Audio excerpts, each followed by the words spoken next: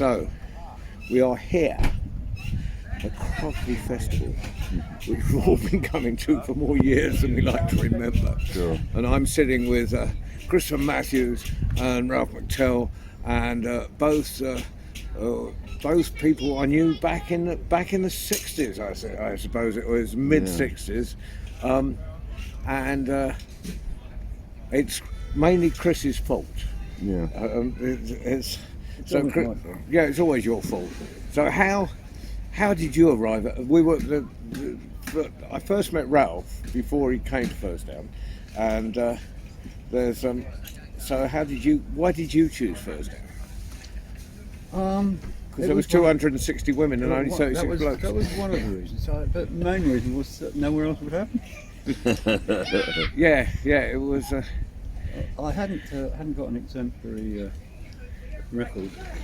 Right, so there were only 36 blokes. I remember we decided to share a flat in Thrale Road in Streatham, really, on the border. On the border of Streatham and Tooting.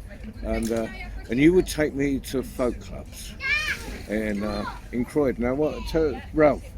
Tell me about that folk club. I don't know which one it was. Was it Mitcham? Was it the one in Mitcham? Oh, that was Henry's club. Yeah. I think that was the Roebuck in Mitcham. Was it the Roebuck in Mitcham? Near the clock tower in the middle of the road, and big pub on the corner. Yeah, that's the Roebuck. Yeah, it was one of we had a friend called Henry VIII, who was so named by a chap in Soho called Horsehead Clive, who knew John the Road and all these. I mean, he said, "Oh, you look like Henry VIII," because his name was Mick. Yeah. But anyway, he became Henry from then on, and he made records. Sometimes Mick Henry VIII. Mick Henry, yeah. Was that Henry's famous jug band?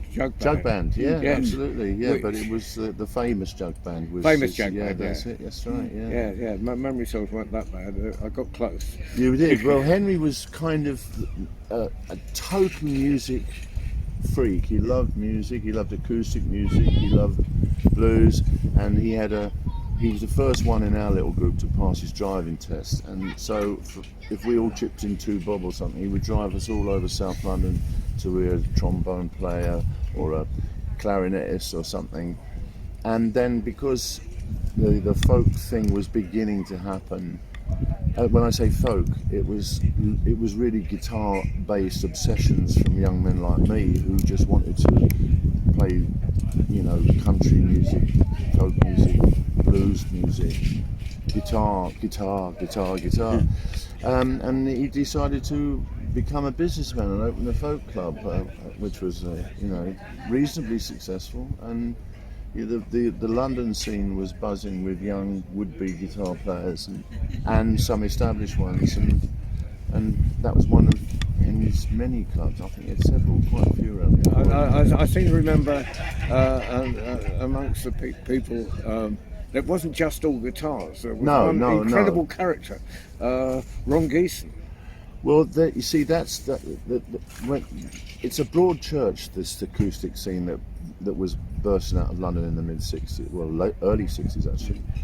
And Ron was, I would say, experimental, challenging, and a complete wrecker of most pianos. And he used to spontaneously almost spontaneously compose stuff on the piano, and take great delight he actually composed one song with a broken hammer. He said, "Another hammer has fallen," and he put it there. And he was a Scotsman, and I think he was full of enthusiasm for new stuff and experimentation, and while the others were all trying to be very moody and introverted, like one of our heroes, Bert Yates or something. And Ron was robust. He had a banjo on a stand that he used to run and played the piano and he had the big red machine. Yeah, what was that? It was a giant oil can. Yeah, that's right. It was huge. Yeah. He had it on like a stand. It was almost like a huge triangle. Did he hit it or shout into it? I can't remember now. I know that we were twinned up at Les Cousins in Greek Street. There's a Wednesday night attraction after the incredible string band were too big to get down there, and I talk about a mismatch but Ron was such a lovely fellow. In fact, he recorded my first demos that eventually led to a record contract for me, and then he was discovered by Floyd, and they did some arrangements for Dark Side of the Moon, I think. So that was and he did everything from. Didn't he have a huge collection of 78s that he would take one bar from? And put it, I've no idea. And there was one of the trad bands which he went to audition He with. did. And he failed the audition. He failed the audition. And so he went back and practiced for 6 months and got the job. something like Clydesdale, the originals, yeah, something like that. It was one of those. There was one or two. Hundreds of those bands. Yeah, but so and he didn't last long though. I mean, because he just go off on a tangent, you know. And they were quite strict. I think they must have been. Ron was a bit over the top there, but rather wonderful.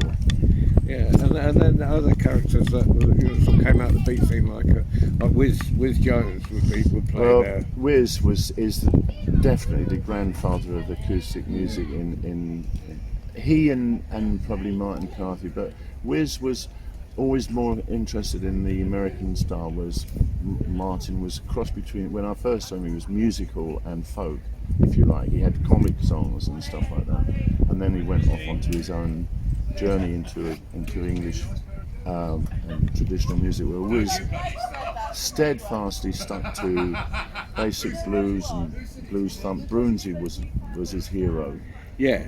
And Brunsey was playing in Croydon one time, and Ewan McCall said, "You've got to come over here to see Brunsey." And he said, he always tells me this, to his eternal shame, he said, "Oh no, I've got to do my laundrette," or something like that. So we always say, making an excuse for not seeing something, I've got to do my laundrette. But or something like that, but he had missed a chance to meet Big Bill. And but he's always stuck to, and then he was part of the first sort of songwriting that I'm aware of. I think Henry and I went to see Alan Tunbridge and Mac McGann, who later joined the Levy Breakers, on Putney Bridge.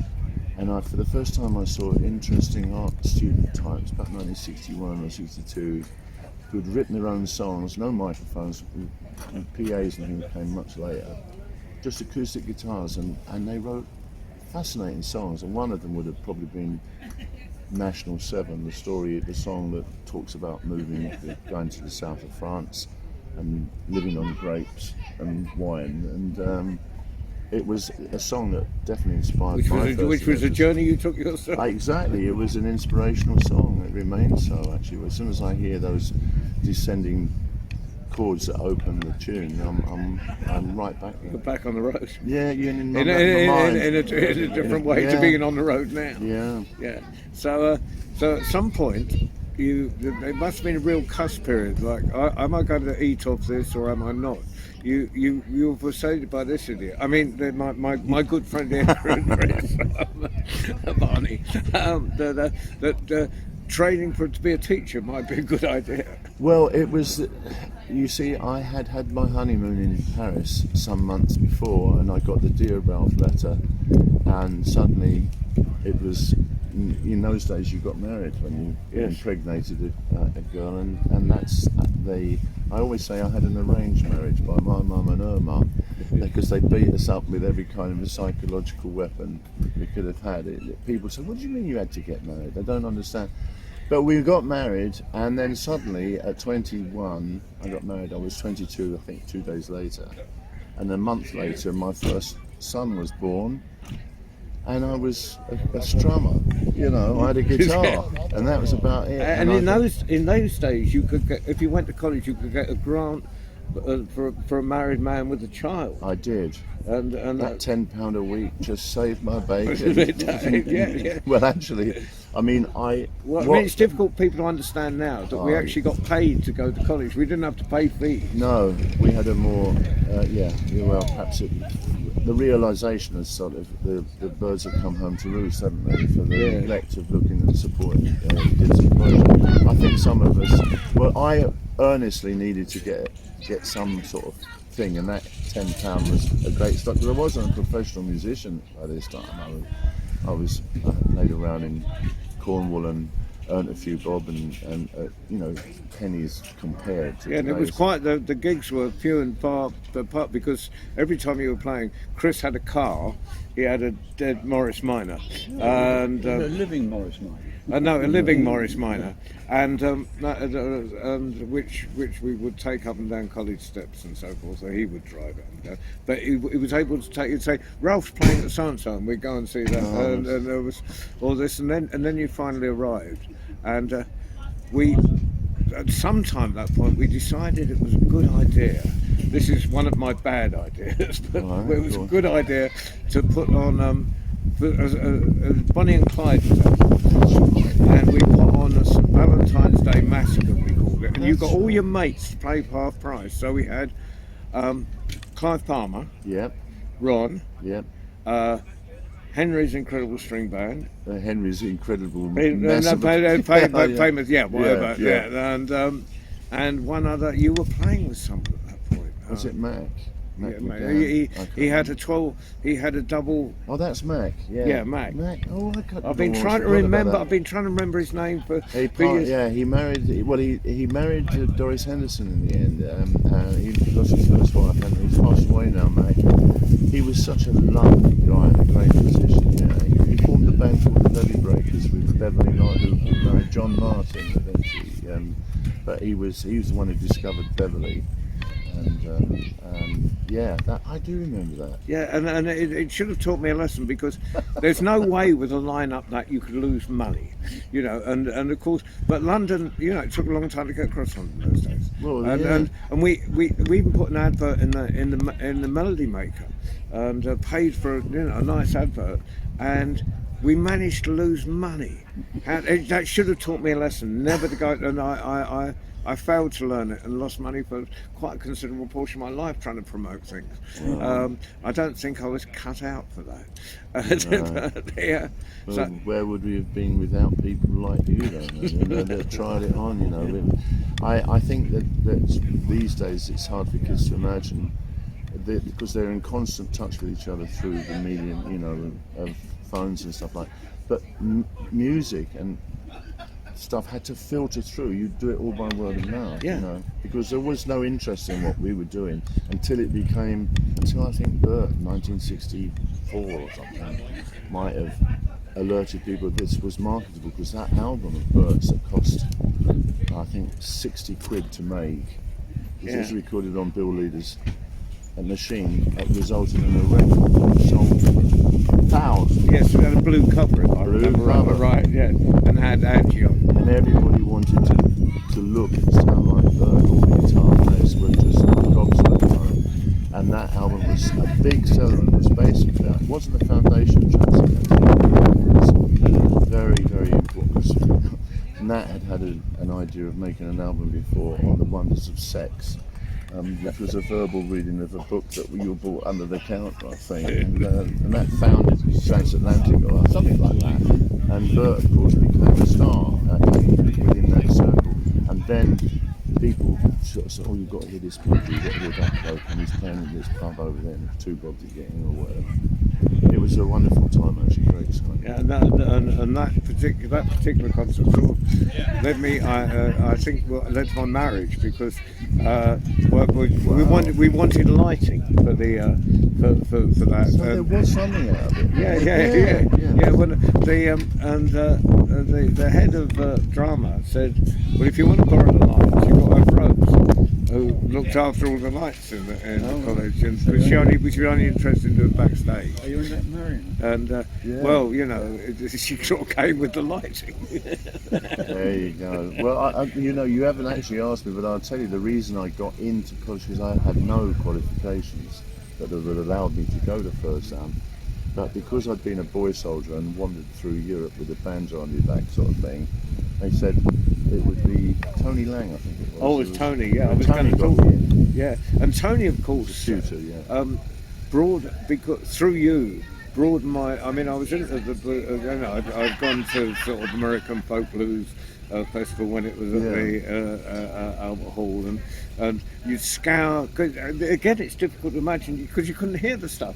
You know, you buy Jazz News every week because it had a list of these were European stations that would, so you'd be fiddling about with the wireless to get that, and then you'd find jukeboxes that had, That's right. you know, so there was the Gondolier in Ipswich, and that had some Tommy Tucker and Johnny Hooker on. We had the Olive Tree, didn't we? Yeah, We yeah. had some great records on Under the down the Olive Tree. Yeah. And then there was a place called I forget what it was in Ipswich, but it was a sort of rockers pub, and I'd go, you know, sort of all these cruisers, and I'd walk in there with my high collared flowered shirt, because it had a big Bill Bruns's "If You're White, You're All Right." Right, oh, yeah, that's a great you know, and song, that's what you heard. And then suddenly Tony Lang, and I just remembered his surname when he before I came over, because he asked you what he needed to put in the record in the library, and so. And you gave him. God, I forgot that. You gave him a list. I did. Suddenly I came across Brian Blake and all those people, wonderful. all your obsessions. Wow, that's nice to know. Yeah. And you know, so you were quite you were quite influential to even a small group of students at that point. Nice. And then it all. We stayed in touch through the early part when you were in Transatlantic, and you have been central to a few of my failures. They're big, and you try by trying to encourage me. You like my drawings, and Very then you much. said could I design a poster, and I got far too chemically imbalanced. I know, but no one would have been able to do what you did if they had been, say, let's just say, normally charged for the event. Yeah. I'll just explain, folks, and here I'll probably tell you in more detail. I don't know how hours you spent, but it was one unbroken line that filled every bit of space on it. I think we could say it would not have been possible without artificial aids or pharmaceutical aids. Yes. Yeah. So. And there was a mermaid, wasn't it? On it? Yeah, but the one I did for you was complete crap, because there was in those days it was sort of uncool to ask other people to help do things technically. So I went far beyond my technical competence. Did something that required some registration. The registration means putting two colours on top of each other before computers. So you paint it, you got it on acetate, and then I got your mates down in Brighton, Tony, to print it off. And of course, I never saw it before. This pile of crap, this pile of technically unfortunate. The tube of posters arrived at Ralph, and he rang me up and said, it was wrote me or something, and said, "These are completely unusable, can you clack them?" I don't know that I would have said it as hard as that, but bringing back memories that but it did provide drawing paper for all my children. Was Tony at Unicorn Books then? Was that? No, it was after Unicorn. I think. Before you. Yeah. So because Brighton was a sort of quite a happening little scene at that point. Apart from Ginsberg being arrested on the beach, sort of gave it a good name. For reading, he read Howl on the beach at Brighton, and they arrested him. And that was. It was that beat scene in Britain was it was influenced by all that as Americans, but we didn't have cars. We had the Croydon branch of John Kircher, Valdemir Liloff, John Kircher, Stevie Wilcox, that's right, and they lived in a hovel, a flat. No furniture. We all sat on the floor and looked windswept interested off it, and they listened to obscure jazz music for I don't know, it didn't last very long, did it, Barney? No, I don't think so, no. They used to meet in the Wimpy Bar. The Wimpy Bar, that was in East Croydon Station. God almighty. Discussed high art and poetry, and I just said, oh my God, listen to it. I met Ginsberg eventually, just by chance, when I was touring with the Bromberg band in America. Bearing gifts. Thank you very much. You go this first one and the new one. Thank you ever so much. I appreciate that. That's lovely. You've met before, I think, haven't you? What's that? 2. Oh yeah, gotcha now. Yeah, I did something similar with an album with Liz Jones. Yeah. We called the first one About Time and the second one About Time 2. 2. Yeah. Works well. Thank you very I've much. just got to think of a way of doing free Yeah, okay. without people wanting it for free. Yeah. Well, you're getting a free plug because we're filming an interview here. Oh yeah. I won't interrupt any longer. All right, thanks a lot, man. We chatted at Jerry's funeral. That's right, we did. Yeah. It was a sad but happy day in a strange way. Yeah, it was a good day. Nice to see you and Mike. Catch you later. Thanks very much, though. So you met Ginsberg in, when was it? And it was so funny. And Did you it's go worth to see him at the Albert Hall? No, Yeah. I gotta be honest. I wasn't convinced. I was a doubter about quite a lot of it actually. I'm one of the group that think that although the influence is massive, I think Tom Waits' pastiche and copy and influence is actually much better and more interesting than the blokes who inspired him, for example. But they were groundbreaking, and I was fascinated because I was always searching for what the secret of that was held in jazz, or the secret that was held in poetry that I had no way of ever getting into. You know, it contained something that I wanted to understand, and I think I get it now. But the funniest thing was when I met Ginsberg, he was quite getting on a bit. He lived with Peter Orlovsky, didn't he? Yeah. Well, and Peter has a very strange brother in the house, so it was a very much a male-dominated house when we got there. And it was in Boulder, Colorado, and the strange brother, was going around putting toilet paper all around the seats because after the band had come in, they were all sitting there nervously because these are great big men and bluesmen and rockers, but they're all a bit homophobic, one of them came in and made cakes, and one of the boys came in and no one wanted to eat it. It's like, what the fuck's in it? Sorry, but what could be in this cake, But anyway, the funniest thing of all was that Ginsberg was slightly obsessed with the work of William Blake. Yeah. And I had played on the stage as part of my set a song by Blind Blake, Yes. which he somehow in his head, I thought the songs I was singing were obscure William Blake poems that I'd set the music, because he was playing this one-handed harmonium, and singing, if you could call it that, sort of strange tunes to William Blake's poems himself. So we bonded, sort of thing, and he rubbed my stomach while he talked to me and things like that. It was really odd. I was very relieved to get out of there, but I was kind of delighted to have met him. Yeah, I met him in Texas, in San Marcos in Texas, and a friend of mine, another poet, was managing a guest house, and a tiny little one up in the hill country. Wow. And he was asked if he could produce this food. He said, yeah, it's a macrobiotic diet. And he said, well, so Ginsberg coming down to stay. So we ate clear soup together and so forth. And the girl I was staying with there had this long scarf. So Ginsberg, it was just a very gentle man. Yeah, he was. I know that now. And he sort of said, and he had the black hat, the black trilby that the students had given him in Milan, and he said, "Can I try your scarf on? See how it goes?" And he took Nancy's scarf and put it around his neck, and then we had some photos taken together, and then the camera that the photos were taken on was stolen at Carnival Folk Festival. So I've no proof, but it was a nice moment. It was about a year or two before he died. I've never met Ginsberg, but I did see him at the Albert Hall with Fern Gentleman and Gregory Corsker. Well, there you go. Well, that's something. Yeah. So I've hated you ever since, but actually getting that.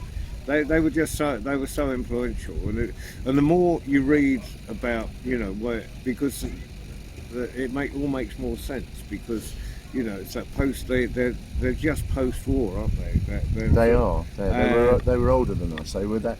When you're in your early 20s, somebody who's in their 30s is older, and it's another generation. It's 5 years, not 15. You know what I mean? It makes a big difference. So Jones and I are kind of equals now. He's 85 and I'm 80. That's okay. But when I was 20 and he was 25, he was God. You know, he was a god in that sense. Yeah.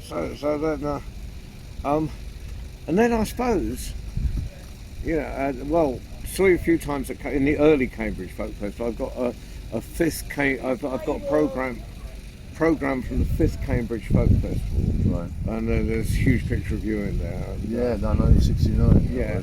And then there was one later one. I think it was only a couple of years later. Of course, it seems like years, but it was. And you were on there, and I think you were on the main stage, but it was an afternoon one. Oh, right. And I think Don McClay was there, mate. And you weren't so happy with your set, and I thought it was a brilliant set because you weren't doing you were doing all your rags and the thing is, I'm terribly hard to please myself, and it's all because I don't know. It's just the insecurity that one feels if you've written or if you're writing your own songs or you aspire to a standard and things technically go wrong, and I'm much the same now, but I think. The breakthrough in being able to hear yourself. In those days, we had no monitors. There were no wedges on the floor. There were no in-ears, and you're pitching out to the wind. So in an open air, an acoustic guitar player hasn't really got a prayer unless he's got a very strong rhythm hand like Richie Havens or something like that. But with good monitoring, I've transcended that now. I was, you have to if you're going to. But most memorable bit of that was not. Well, it was a great set, but then you came up. The bar at Cambridge used to be on the side. That's it. And you came up to me and said, "John, we've got this thing going on the fence," and there was, and you had Loudon. There was you were all jamming at the fence. And Loudon Weinreich Jr. There was a Swedish fiddle player, I think, right. and you and a couple of others. And it was most magnificent. And Nat was from Transatlantic Records, was sitting there watching you. You could see the frustration on his face that he didn't have a recording device. Because now you just put on the phone, wouldn't you? Yeah, they were wonderful days. Yeah, I mean, there was. Now looking back, anyway, I was very fraught. I think because I got responsibilities of a growing family. 69, my daughter wasn't born for a couple more years, but geez, you don't know where the next dollar's coming from. Tell about it, yeah. Well, that's what you've got a family to look after. I looked at a date sheet I found about in 1960s. I had an ex-GPO minivan that I bought at a second-hand car lot, not far from Thursdown. Sleeping bag in the back and a guitar, and my fee at that time would have been about £8 a night. Yeah. And I would be driving to Liverpool after college, doing a gig, and then driving back that night. I fell asleep frequently during Miss Fisher's lessons at the Teachers Training College, and at the end of the first year, I just said to Nana, "Things are going." That's my wife, and I said, "What do you think? I don't think I can do this teaching thing. I don't think I love being with the kids and being kind of avuncular rather than a teacher, because I've never had the work delivered on time. But I communicate with the kids, which was great. And she said, "No, you must play the guitar." And Nana was like that because you went on that same one of those early festivals. I just brought out my first book of this pamphlet of poetry and drawings, and but it was going. I'd been kicked out of teacher training college at the same time as you left, and you should explain to your listeners that there was this radical student movement at the time of which you and Chris were part. Yeah. I think. I think 68. There was loads of stuff going on, and in France, wasn't there? And I was doing some bits and pieces that probably didn't make myself too popular with the authorities, and then why didn't I appear? Why didn't I appear one day when I was supposed to at teacher? And I said, well, I got punched in the stomach yesterday by a constable at the front of the anti-Vietnam state in front of the American embassy. So I thought, well, that was perfectly normal. And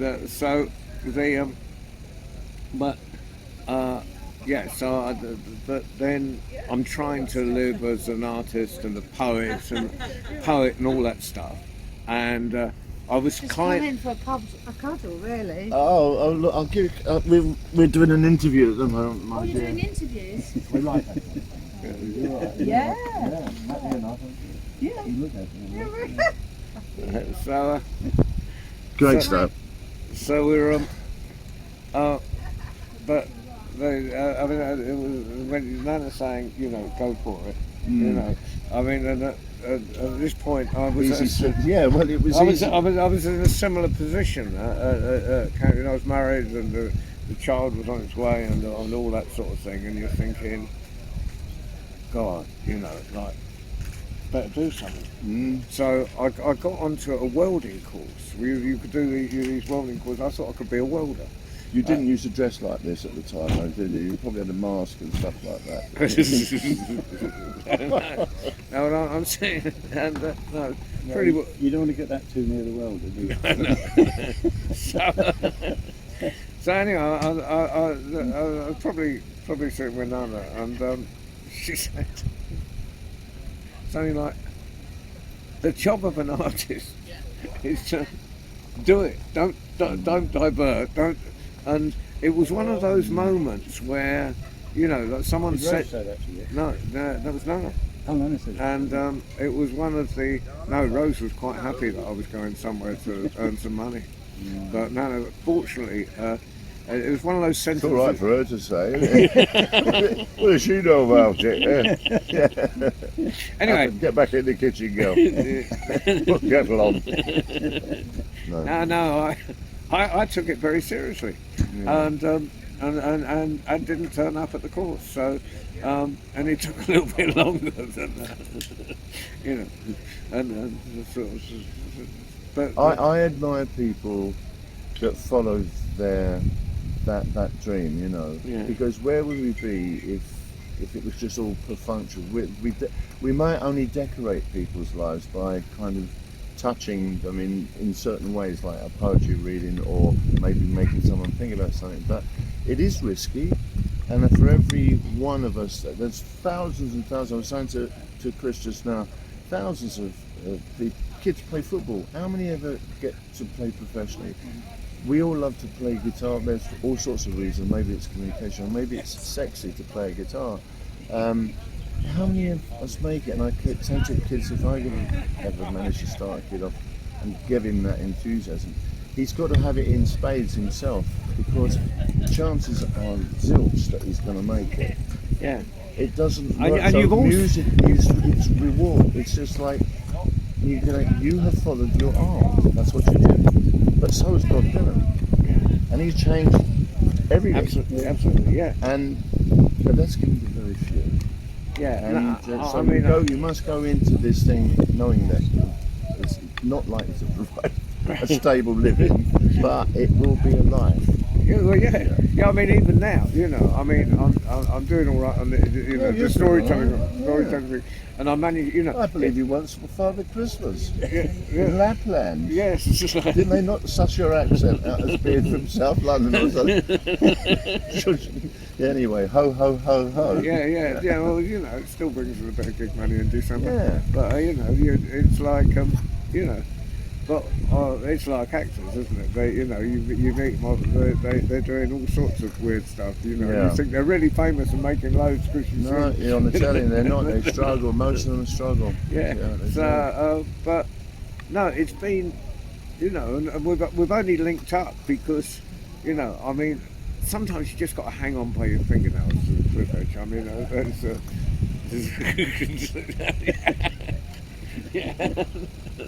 yeah. So, and then finally, you know, we've re-hooked up at these. Well, here mainly Yeah. because Complaining about the young and the price of beer.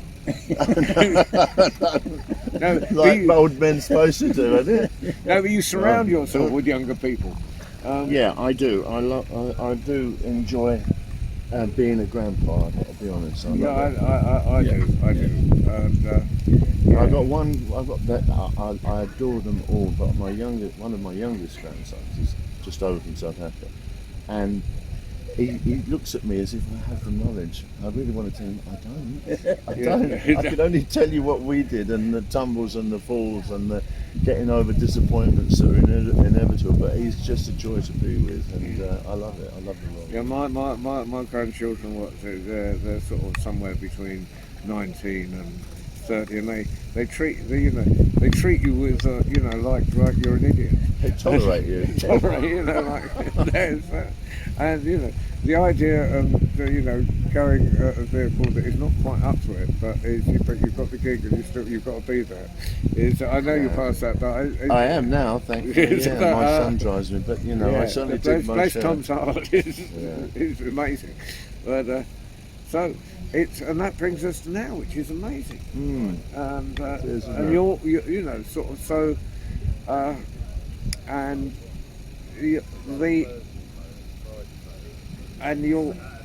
you're back to gigging and a lot of festivals and still. Yeah. And so I've coined this expression. I don't know if that's the right word to say, coined. But as soon as something good happens to me, or somebody rings me up to ask about something I want to do, and I usually say, turn to Nan and say, sooner or later these positions become available, because nobody else can fill them because they've gone. And I think that's one of the scant rewards of being elderly. That if you're in a sphere of music that maybe has made a small contribution to human happiness, and you become a bit of a spokesman. And if you're still playing, you're going, he's nearly 80. No, but you're not just still playing. You're writing new material. Yeah, I am. And you always leave. You're very strict about sort of designing your own sets. Yeah, and they're becoming a story. The sets. I mean, the last one, the new one you got from the letter. Yeah. And I think that's what part of the strength is that your songs are continually relevant. They're not like harking back.